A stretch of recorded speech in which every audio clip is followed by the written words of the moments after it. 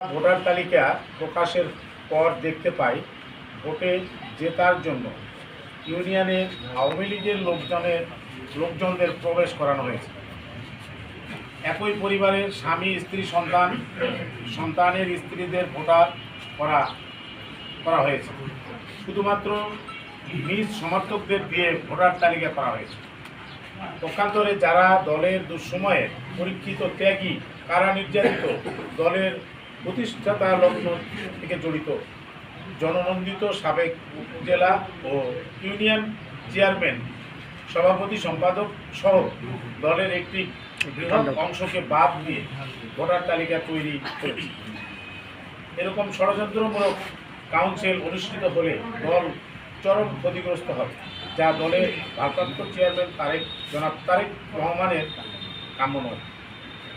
প্রিয় সাংবাদিকবৃন্দ, পরিশেষে আমরা বলতে চাই, অগঠনমূলক কাউন্সিলের তাফসিল, ভুয়া ভোটার তালিকার বিরুদ্ধে অভিযোগ সংশোধন ও দলের ত্যাগী পরীক্ষিত নেতাকর্মী, যারা নির্যাতিত নেতাকর্মী,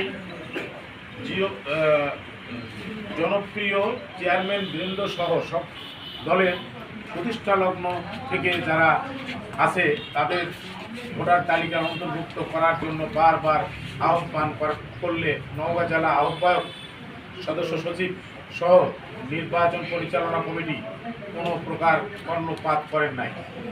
তাই আমরা প্রার্থিতা বর্জন করে নিচ্ছি।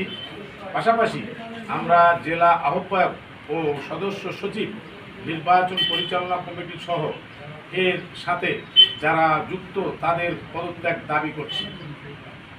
আমরা বিশ্বাস করি সাংবাদিকগণই ভালো কিছু করার পথ তৈরি করতে পারেন। তাই দলকে বাঁচাতে আমাদের সবাই ভালো থাকুন। বাংলাদেশ জিন্দাবাদ, খালেদা জিয়া জিন্দাবাদ, তারেক রহমান জিন্দাবাদ, শহীদ জিয়া অমর হোক। আল্লাহ হাফেজ।